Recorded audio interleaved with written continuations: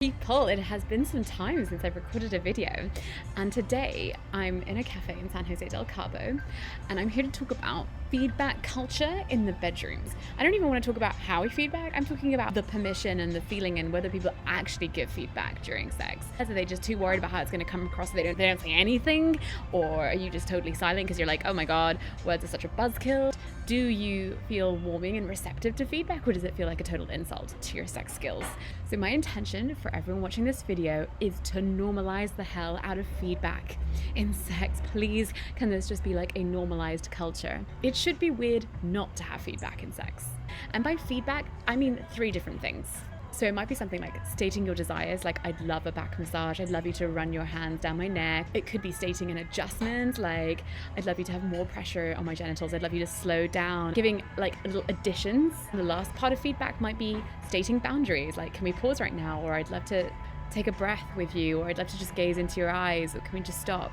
So how do you feel about being on the receiving side? This is a serious question here. I'd love you to write down comments, answer me. I'm really curious to actually understand, does it feel better with some people than others? Is it the way that someone says the feedback? Is it who's the person who says the feedback? For me, if I get feedback, I am like, fuck yes, I start to trust that person more because this person is taking care of themselves and I don't have to caretake them. And I'm like, okay, cool.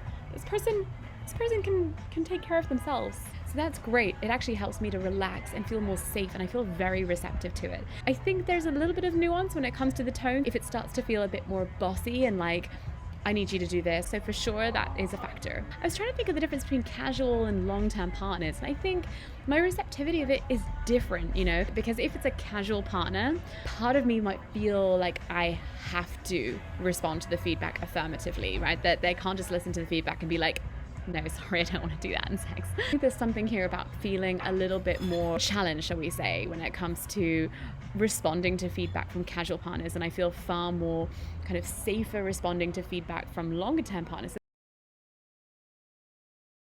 That's something that I can work on, right? Like, how can I make that more accessible? So as you know, I'm a fucking huge fan of communication. So theoretically, I should be this like fluent sex linguist when it comes to the bedroom.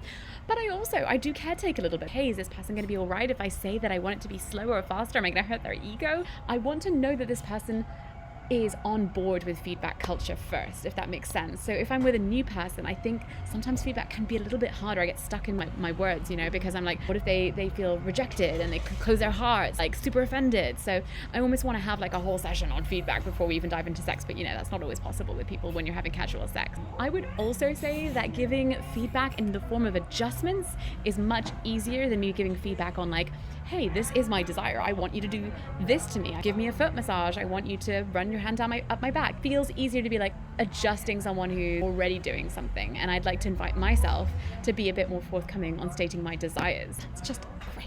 I think another point here is like, when do we say it? Okay, so do we wait until it's like at the 9 out of 10 and we're like, oh my god, this is super uncomfortable and I have to say something because I'm gonna like, or do we wait until it's like a 4 out of 10? Yeah, this isn't really what I want, so I'm gonna direct them to this. I would love to advocate for us to be feedbacking when it's on, you know, when it's like a minor irritation or, you know, it's straying away from the ideal of what you would actually like. Let's normalize that feedback culture, please.